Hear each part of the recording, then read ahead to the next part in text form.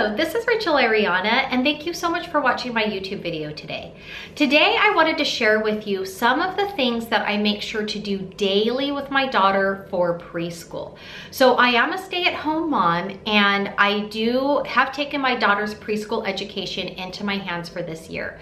She will be going into kinder in the fall, but there are some things that I want to make sure that I do with her daily to help build her skill set before she starts kinder. So if you are someone who is a stay-at-home mom and you want to just provide some kind of an education for your children before entering into a kinder program, and you want to just see just an idea, hopefully this will help you with giving you some ideas with what to do for your preschool age child. I know for me, when I was looking, I wanted to do some simple skills that I knew would be important before starting kindergarten that I could do daily. So even if I've had a really tough day, because as you know, sometimes your day gets hijacked, and before you know it, you had the best intentions and had your well laid out preschool lessons all ready to go, and you were not able to hit everything on that preschool lesson. So I'm just gonna show you what I just make sure to do every day. And most of what I'm showing you can be done in an hour. So I hope that it's helpful. Again, I know when my daughter was born and became a toddler, and I was looking into toddler and preschool programs and what to do with them, YouTube is where I turned. So I really do hope, again, that this is helpful to you, that it gives you some ideas for your own child. And again, thank you so much for watching. Okay, so the first thing that I always do when I do preschool with my daughter is we always do the calendar. And I got a calendar called My Daily Calendar from Melissa and Doug.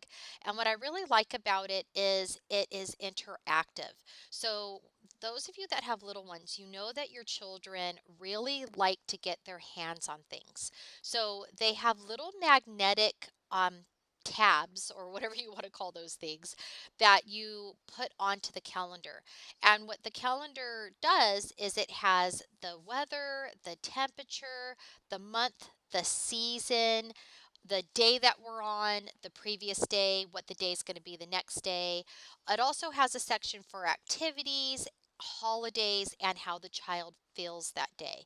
And I really like that because it helps my daughter know what day of the week it is. It helps her know the season, the month, and it also helps her think about what the weather is, um, and how she's even feeling in the day, like before she's starting her preschool time. How is she feeling? It gives her a chance to assess her own emotions.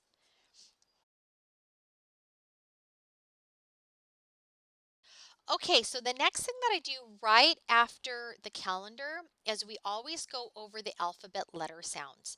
So not only do I have her name the letter, but what's more important to me is getting the letter sound. So what phonetic sound does the letter make?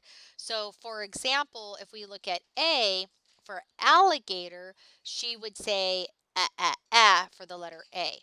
So at this point, I'm not having her tell me the name of the letter. I'm having her tell me the sound that the letter makes. So of course, this will help later when she learns to read, because she'll start associating the sound with the letter, which will help her break down the word as she is reading. So that is what we are doing here in this particular clip. Oh, I also wanted to add too, it's also great for articulation. So if your child happens to have articulation issues, breaking down each of the letter sounds will also help with that as well. Oh well. Yes.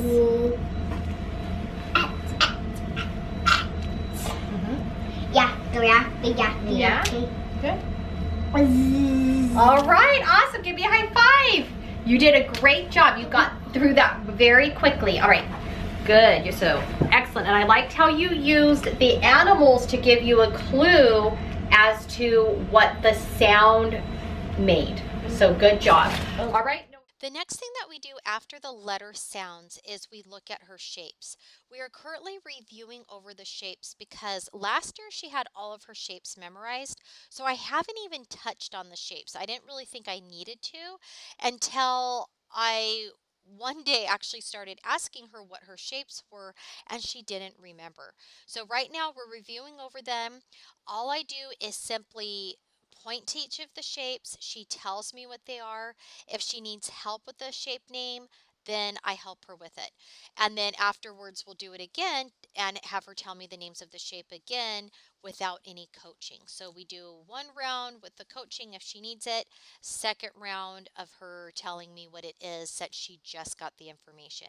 I don't beat a dead horse. I only go over the shapes twice tops. And then we, like I said, move on to other things. Oval. Oval. Heart. I don't know. Octagon. Octagon. Okay, so the next thing we do when we move on from working on her calendar, her letter sound recognition, as well as her shapes, is we write her name, which is very important. So at this point, she has her name memorized. She can write it. If she needs help, I will simply write her name for her, and then right underneath it, she'll just write her name. But at this point, she no longer needs that. So in terms of getting her to write her name, it was just a matter of just repetition. Um, so after we write her name, then we move on to her different skill building papers. So I pull a paper or a sheet from different categories. So for example, I'll pull out a letter sheet. We worked on the letter L in particular. We do some numbers and counting sheets. So it's just, it will have her count to a certain number, or it will have her draw spots on something, just your basic preschool counting activities. Then I do comparing number sets sheets with her, comparing size, opposites, sequence sheets, as well as shapes. I wasn't doing shapes before, now I am, just because she needs the review.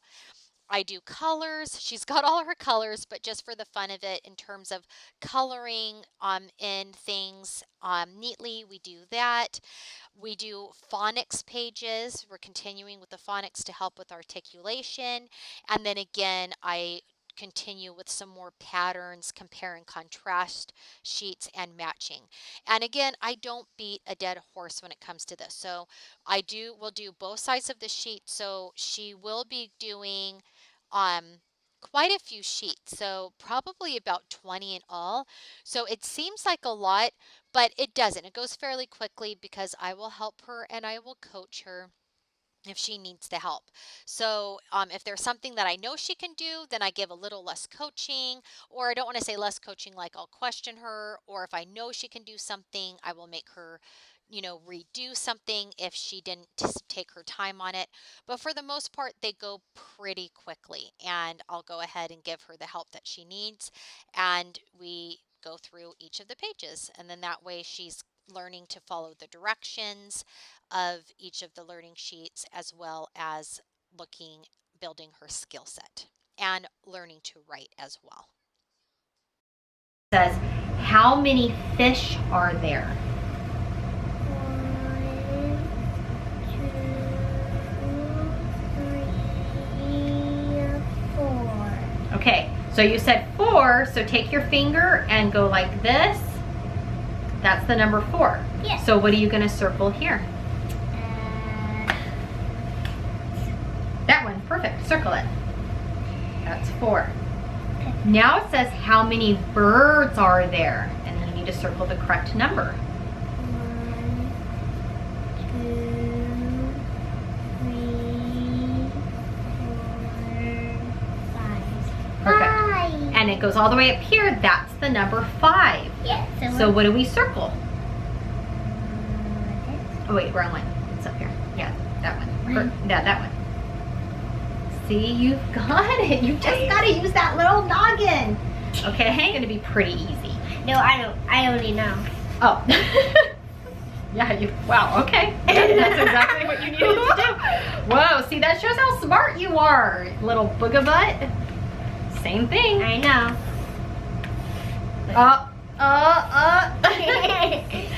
Well, you've got a pencil, erase that, because you messed up there. No, this one. Because you said the yellow towel was for him. Yeah, so you want to erase that because you made a mistake. I don't know why the wizard one is so easy and the phone one not. Oh no, it was easy. You just went too fast. Yeah. Okay, stop, and then fix your line. Yeah, the purple line, right? It's the purple line. There. No, you got it. Everything else is perfect for you. You've got that one going there. All right, that is it. You did it. Now The final thing that I have my daughter do at the end of our preschool sessions is always some kind of craft. So I usually have her do some kind of scissor skill or scissor practice where she'll cut something out.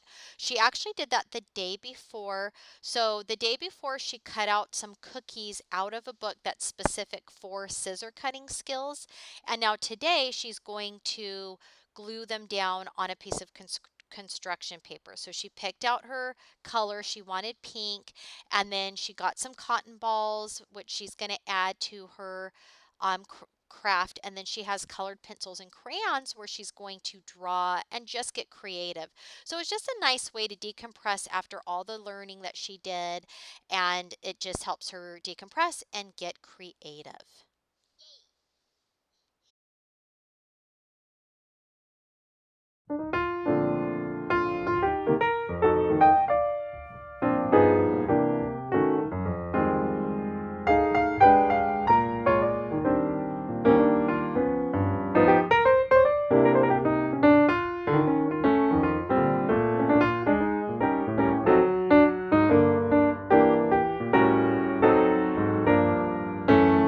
open your eyes. I did that too. It's beautiful. Give me a high five. I did this by myself. Okay, so what I'd like you to do is turn around and show this beautiful project that you did. And then I'm gonna do the back. Okay, well that's fine, but explain what you did here Okay. to everybody. So turn around and explain it. I'll hold it for you. Oh, you got it? Okay, go ahead. You tell them what's going on with your project. So I got some rainbow mushroom here. We glued some cookies on, and then the tenders, some cotton candy right here, and I write my name right here. Thank you so much for watching my YouTube video. I hope that helped give you some ideas for what to do with your preschool age child. And thank you so much for watching. If you like the video, please give me a thumbs up and hit the subscribe button. Thank you. Bye.